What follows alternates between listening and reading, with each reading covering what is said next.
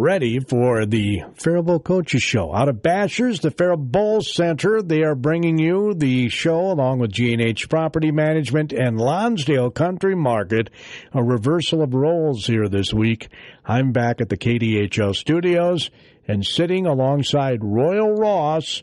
Ready for our Coaches Show this morning is Paul Shea. Thanks, Gordy. Appreciate that. Gordy Cosfeld is back at the studios. He's going to head on out to Kenyon for Kenny Wanamingo baseball in a little bit. We've got actually a full table of guests, so we'll kind of get going how we usually do things, Gordy. We'll talk to Royal Ross a little bit about Bashers and Royal. Thanks for coming out this Memorial Day weekend. Oh, it's my pleasure. Always good to be here. Just so everybody knows, Bashers is closed. Bashers and the Faribault Center today, they are closed for the weekend. Claytons are doing a little family time for the extended weekend, so good for them. But they're closed, but we still have enough pull for them to open up the doors and unlock for us. And so we are in Bashers, but no business going on today. But, you know, if you've got a grad party coming up or you want to do some catering, give Bashers a call. They'd love to talk to you about that. In fact, they're doing a wedding today, catering a wedding today. So grad parties, weddings, birthdays, whatever you want. Work meals. You know, they'll bring entire meals out to work sites. So give them a call, and they would love to help you. Awesome. Thanks so much, Roy. We'll talk a little bit more about G&H Property Management towards the end of the show. We'll start off with our first guest, Scott Morrissey. He's the girls' golf coach, among other hats that he wears. He also drives a bus, I'm told. Coach Morrissey, let's talk a little bit about the season that was. I'm guessing the season is already wrapped up, though. Not quite, actually. Okay. We have one more exciting meet, well, possibly two, but the section meet is Tuesday down in Cannon Falls Golf Club. It's going to be a challenging event for us. We're going to go get a practice round in Monday afternoon and have some team building time, and we're just excited for a nice hot day, it looks like. So, yeah. You have, we talked a little bit before we hit the airwaves, you've got a couple of seniors on it, otherwise it's a relatively young team. What does the senior leadership mean for the younger team? It's huge, especially we have no seniors coming back next year. So the two senior captains, Emma Taboda and Tessa Bauer, have been fantastic.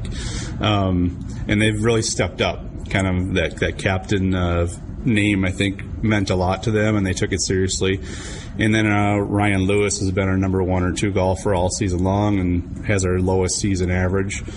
So that's been huge for young girls to see her progress as the years have gone on. And then Trina Ta is also there, and she's been almost like an extra coach for us, especially on Wednesdays. We go and help our middle school program, and she just loves that. And they're super girls, and they're having fun playing golf. You know, a couple of years ago, when you think of the game of golf, it was growing in popularity, but it seemed like it didn't always catch on at the high school level. What have you seen with your program? Well, we've seen amazing uptick. I don't know if it's COVID. I would like to take some credit, but I don't think it's me. Honestly, it's having a group of girls that say it's fun, and you get to be outside, and you get to miss a little bit of school, and it's a lifelong sport. And so we've gone from, we had 5 varsity golfers last year, which was really my first year because we had a COVID year before that, to a full varsity JV roster, which of 14 on our that practice with us daily, and then we have 23 in our program with a full middle school team. We have a middle school coach, a JV coach. It's just booming right now, and it's nice to see some nice young talent coming through. That's fantastic. And then the other piece, Coach, too, is Minnesota Springs are really, you know, flip of the coin. Some years we've got, you know, snow out on courses till April. Were the girls able to get out a little bit earlier this year at the driving range? And I mean, it seems like it's been wet, but we didn't have, you know, that late snow. It was honestly a brutal April. I don't remember one like it. I think we got one 9-hole practice round in before our first meet, and I want to say it was raining and about 35 degrees, and I was wondering if I was going to have a team after that day. But they were troopers. They went out there and worked through it. I got to give a lot of credit to our athletic director finding us places to practice. Straight River Golf Course has a wonderful simulator there. We went out there a lot. We did do some gym time, although that gets pretty repetitive, in girls golf, but I'll tell you what, these girls wanted to get better this year, and they took it seriously. So, yeah, we made the best of it. No, that's fantastic. It's great to hear the program is growing. So you're going to head out to Cannon Falls later this week. What does the future hold for the Faribault girls golf team? Well, we've kind of talked about some long-term goals with some of these younger girls, and I don't know, realistically, I think we can be in the top 5 next year, and that's going to be with a lot of work in the summertime. And what I'm looking at is I have families that golf, these moms and dads and sisters that they're going to get out there this summer, and that's how you get better at golf. You're not going to pick up a club in March and then think you're going to be really good by April. So it's going to take a lot of hard work, but I think that's a good goal. And then after that, I have these freshmen, sophomores that are going to be juniors, seniors. I really think we could compete for a Big 9 championship if things go right. So. What's your home course? The Faribault Golf Club out here, they've been great. Clayton Kerwin is our new pro out there, and he's been fantastic to work with so far. And obviously our relationship with the boys program, Jeremy Chavis, and they've had a real successful season too. So it's been a lot of managing people. We have the one putting green, we have a driving range, and a one bunker we can practice on, and it's been fun manipulating all of that. That's fantastic. Coach, really do appreciate it. Anything else you wanted to mention this morning in regards to the Faribault Girls Golf Program or anything else going on? Just want to congratulate those 4 seniors, and can't wait to get to their grad parties. Ryan has hers at 11 o'clock, so excited. She's having pizza, she told me, so I'm there. And just want to thank the girls and their families for their flexibility, and our athletic director, Kevin's been awesome too. So thanks for having me out today. It's fantastic. Thanks, Scott. Appreciate that. Coach Morrissey, girls golf coach. We'll move on down. Looks like we've got some track members here as well, so I'll just switch spots with you, JJ, and we'll kind of work around here. We've got JJ, we've got Alex, and we've got Reyes here with us from the Faribault boys track team. And let's just kind of go around real quick and let people know your names and your parents, and we'll start asking questions about the season. Hi, my name is JJ, and my parents are Marissa Schroet and Josh Schroet. Awesome. Hi, my name is Alex. My parents are Katie Tercios and Alberto Tercios. Hi, my name is Reyes. My parents are Katie Tercios and Alberto Tercios. Awesome. So, guys, let's talk a little bit about the season. Let's talk about some of the events that you're in. JJ, what kind of events are you involved in when it comes to the track team? I'm mostly in the sprints, mainly the 4x1, 4x2, and the 4x4. Nice. I've been running the 400 and the 4x4 this whole season, pretty much. All right. Reyes? Yeah, 400, 4x4 for me, too. And I should also know Coach Weber's here, too. So, Coach Weber, if you ever want to jump in with some questions, too. You were saying that you've got, you said long sprints? Is that the term that you used? Or distance sprints? Long sprints. So, yeah, your 100 and 200 guys are the short sprints. 400 is the long sprints. They kind of blend with the 800 runners, middle distance, you might call them. They kind of bounce back and forth sometimes. But these guys are pretty much straight up 400 runners. They've got the tall build, the long stride. It's exactly what we're looking for in 400 runners. And you guys are relatively young, right? So I've got 2 juniors, and then we've got a freshman in JJ. And JJ, what made you come out for track? I've been doing track all throughout middle school, so I think I was pretty good in middle school, so I decided to try out the high school track, high school program. And once I started winning more and more and more, I just stuck with it, and I'm going to stick with it all throughout my senior year. That's great. Alex, why did you choose to come out and do track? I did track in 8th grade, but then freshman and sophomore year, I don't know why I didn't do it, but I'm glad I did it this year. Awesome. Reyes? My mom wanted me to. Okay. Do what mom wants, right? Yeah. When it comes to your favorite events, do you guys like sprinting? Have you tried anything else at all during practices?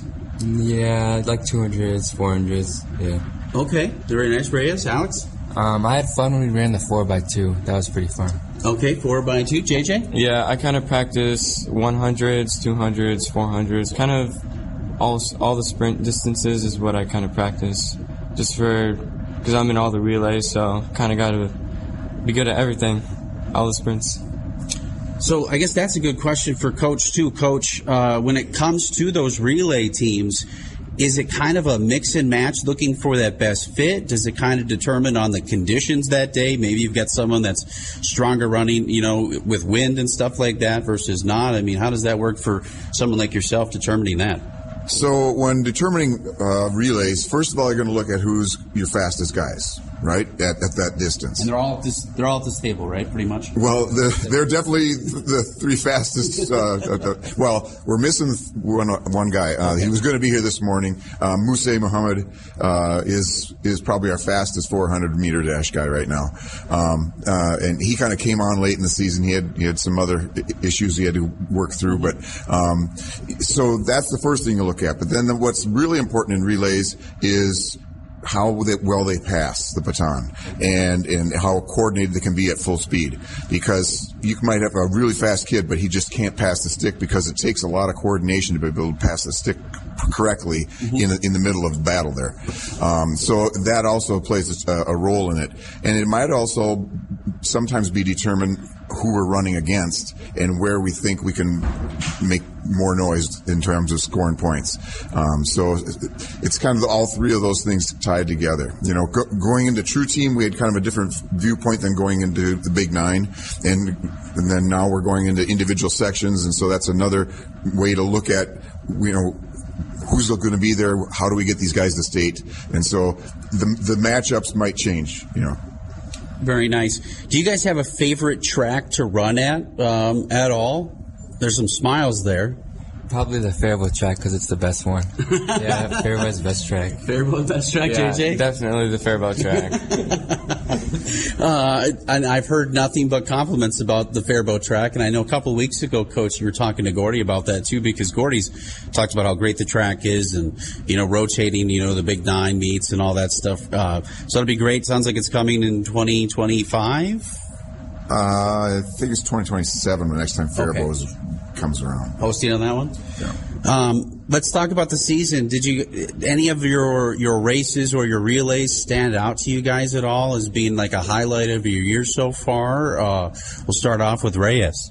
Yeah, I just PR'd in the Open 4. I got a 53.49. Oh, wow. Yeah. And then we PR'd in the 4x4 too by like 2 seconds off, for sure. Really nice. Very good. Very good. Alex? I was going to say the 4x4 too, and we only got to cut off like 0.2 seconds to really go to state for the 4x4. Okay, so very close. Very close there. Nice. JJ? Yeah, I feel like all of my relays I really like, because 4x1, 4x2, and 4x4 were all like less than a second away from going to state.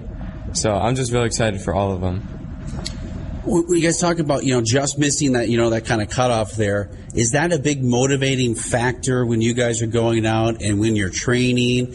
We'll start off, Reyes, with is that a big motivating factor getting to state? Yeah, definitely, because we barely had to cut off any time to get to state. Very nice, very nice. Alex?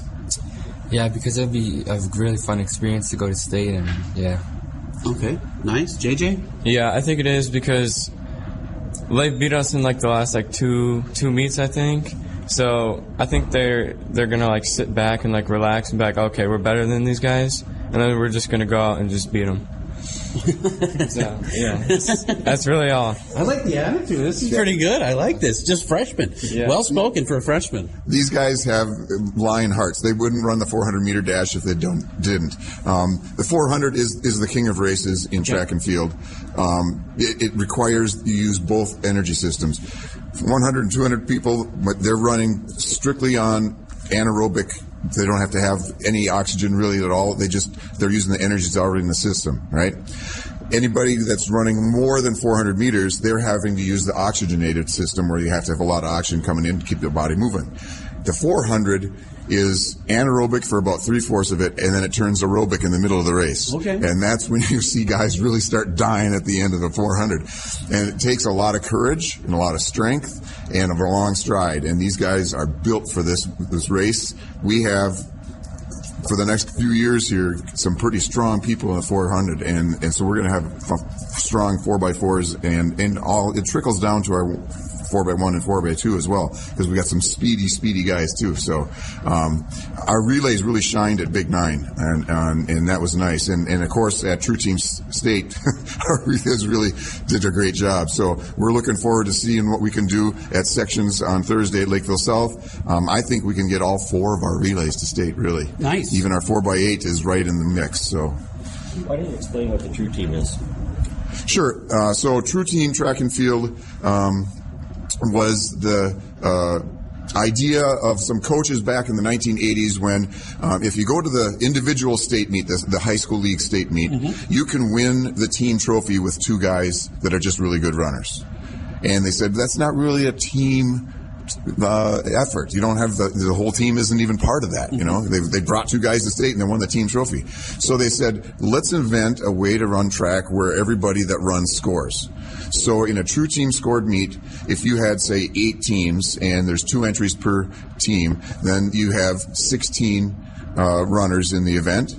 First place would be 16 points. 16th place would be 1 point. So you could point for every place, right? So then that gives you a score that is more related to the strength of your team. And in 1987 was the first year that we started this series of meets where there's a True Team section meet for 8 sections and then a True Team state meet for all the winners of those sections. Over the years, we've added wildcard teams to it. So this year, Faribault made it as a wild card. And we ended up in 5th place, you know, seeded 11th, but we placed 5th because we have that kind of depth on our team. And so that's a pretty important thing to me personally, because my dad was one of the track coaches that started the thing, and I've been working on the True Team State Committee since I was in college. So nice. Yeah. So really important. What do you guys think? Do you guys like the True Team format? Or is the individual state? I mean, I don't think there's any wrong answers. You don't have to, whatever you guys feel, because, I mean, you guys are just coming back into it. JJ, do you have a preference at all? I feel like the True Team is better for us in individual because we have like so much depth in our team. Like, we have 4 or 5 guys that are all running like the exact same times, but then there'd be like one guy running like half a second or even like a second faster than the other guys. But then even if we go down to like individual, we can put those fast guys in there and they'd still compete with some of the best in like our conference or even the state. So honestly, it doesn't really matter. So we'll do good in both of them. Like that, like the attitude, Alex? Yeah, I like both of them, but I think the team one is better just because everyone comes together, and yeah, I think that's about it. Okay, Reyes? What was the question? Are you a fan of the True Team format, or do you like just kind of like the state tournament instead? You know, both running, so I like both of them. What do you guys do? So when I was in high school a long time ago, no dinosaurs or anything, but when it comes to track meets, they were a long day because like there's a lot going on. You've got different events that are going on. You've got some of the field activities going on.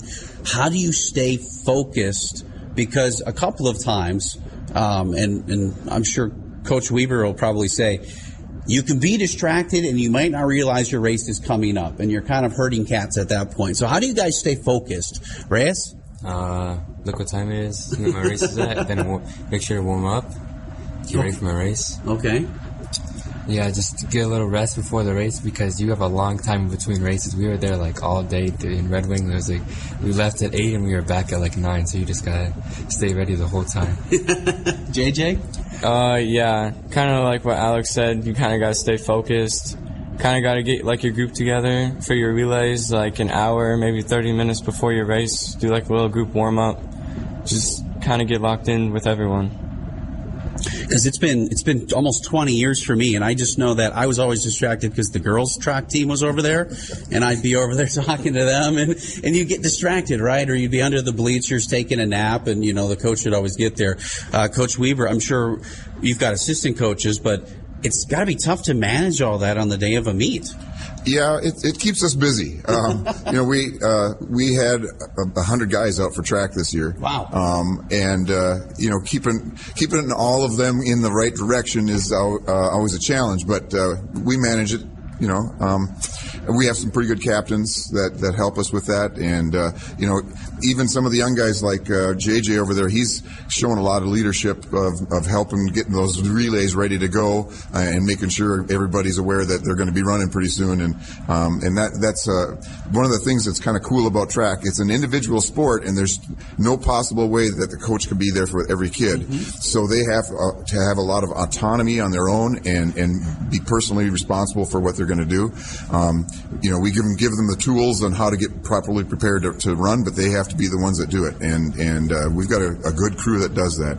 One of the things about True Team that I really like, and these guys were part of this, was whenever your teammates are running a race and you're not, and they're announcing the scores, it's like everyone's down there in the track saying, you just got to pass one more person, that's another point. You pass another person, that's another point, And that's what that True Team is different than the other events, So, and we had a lot of enthusiasm running through the whole team at that True Team State meet. That's great. What do you guys like to do other than track? Are you guys involved in any other sports, JJ? Yeah, I'm involved in track, I'm involved in football, basketball, and I did play soccer for about 9 years, but I don't think I'm going to do it this year. Okay, all right, very nice. Alex? I've been playing soccer my whole life, probably since I was like 6 or 7, something like that. I play soccer in the fall and in the summer. Okay, very nice. Reyes? I play soccer and I skateboard. Okay, and you skateboard, all right. I'm guessing at the skate park, or are you more of a street kind of guy? Street, yeah. Okay, very nice. Is there a spot that we can find you the most? Yeah, my house. Very cool. Anything else? So you're a freshman. Are you working, or are you just focused on academics? I am a youth coach at the Park and Rec, so that's really my only job right now. But besides that, yeah, I'm really focused on my sports career. Very nice, very nice. He's a straight A student in school too. Yeah. But a lot of our track kids are. We have a lot of good students as well as good athletes. Very important, very important. Alex and Reyes, you guys have jobs? Or are you guys focusing in on school? Where are you working? I work at Arby's here in Faribault. All right, you're at Arby's? Yeah, I work at Dairy Queen, the big one. The big one, Big Dairy Queen? All right. Now it's Memorial Day weekend. Do you guys have any other plans besides just hanging out with us here at Bashers, or are you guys going to go out and hang with friends, or what's the plan? I think I might go out to the lake today. I'm not really sure. Just see where life takes me, Yeah, I like it. It's my dad's birthday party later today. Oh, well, make sure you tell him happy birthday. Happy birthday, Dad. Reyes? Yeah, my dad's birthday party is going on. Very nice. So you guys are going to have a lot of fun with doing that. Hope so. Good. Well, enjoy that. Coach Weber, I want to talk a little bit about the season that was. You guys finished in 6th place at the section meet, right? No, that's the Big Nine Conference. Oh, sorry, Big Nine Conference, okay. Yep. I was pretty pleased that we made it in the upper half. The Big Nine is loaded this year, loaded. At True Team State, there's 3 classes, AAA, AA, Single A. Owatonna and Mayo placed 3rd and 4th in the AAA meet, and then Mankato East and us placed 1st and 5th at the True Team State meet. And within that, there's also, Northfield is in there that's really good, and JM and all those other schools. So our goal was to get in the top half and be up there with the big schools. And to make it up to 6th place, I thought we did really well. Looking forward, because I'm guessing you have Lakeville South, you mentioned, coming up here, and that was That's individual sections. Individual sections, that's coming up Tuesday? Thursday this week? Yep, Thursday and Saturday. What do people need to know if they want to can they come out and watch? How does that work for spectators, family members? So the meet starts around 3 o'clock at Lakeville South High School on both Thursday and Saturday. Thursday is mostly prelims for the running events, but there's field events that are finals that day, and the 3200 is a final that day. And then Saturday will be the finals for most of the running events, and then there'll be 3 more field events finals this day too. When's that state meet then? There'll be the 10th and 11th of June at St. Michael Alberta High School, and it'll be in the morning. AA is going to be from like 9 to 1, both the 10th and 11th of June. Okay, very nice. Anything else, Coach, that you wanted to cover at all today with the season? I know we focused on the athletes a little bit there, but anything you want to add today? Not too much other than we are finally having some weather where our athletes can compete and feel comfortable about it. It's been a very cold spring, a lot of wetness, but mostly cold, and it's hard for sprinters especially to have good performances in cold days. So we're looking forward to have some warm weather here at the section and state meet and see what we can do. Awesome. Appreciate it. Thanks for coming out, guys. Really do appreciate it. All right. Have a great weekend. All of you, thank you so much. I want to spend just a couple of minutes talking here with Royal. I'll move my way back to the end. What a great show we had today, Royal. I mean, we had a lot of guests out here, but I also want to get towards G&H Property Management and what they have to offer, and really the focus of what this weekend is all about. So, yeah, it was a great show today, and I'm gonna compliment you for that, because they must have heard that Gordy wasn't going to be here, so they all came out today. No, Gordy did a great job rounding up people, so appreciate that. Royal, I know this. I know you're on the city council, and you look at 4th, and you drive down 4th, and if people aren't familiar with it, if they look up to the I think they're the light poles, they've got those hometown hero banners, and that's a majority of what this weekend is about, and it's remembering those who served and either gave the ultimate sacrifice or have recently passed. And I know there are some people there, like the former sheriff. I mean, he's still around, but I mean, and that's more of a Veterans Day thing. But all those that have passed, that's really what this weekend's about. Yeah, definitely. I do encourage people to drive up and down 4th Street. Well, maybe walk up and down 4th Street and look at the banners. We don't want any distracted driving out there, but they've got some beautiful, I think there's about 40 hometown hero banners that are up there, and each one of them features a different person that somebody locally has nominated as a hometown hero. So very cool project. It got them up just in the last week or so, and it's just really cool. I'm speechless about it, because it's somebody really come up with a great idea there. They brought it all together and made it happen, and now we're paying honor to a whole bunch of our hometown heroes. We are. G&H Property Management, you guys focus in on different areas. It's not just you're just doing one thing. You've got property management, you've got commercial, and I believe you've got residential? Yep. We have a property management division that manages residential rentals for investors.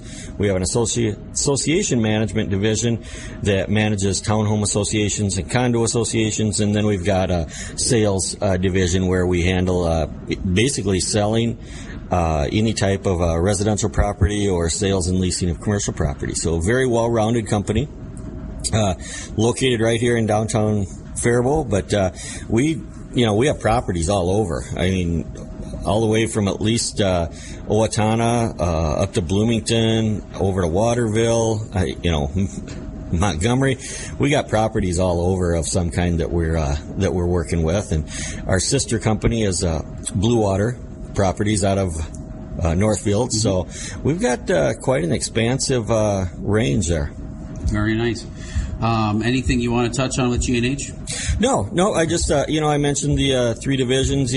Housing market is very tight right now. So if you're going to sell a house, you better have a plan on where you're going, because it'll probably sell quickly. I'm going to have a new listing coming on the market next week, and I expect it to probably be sold in about 3 days after we list it.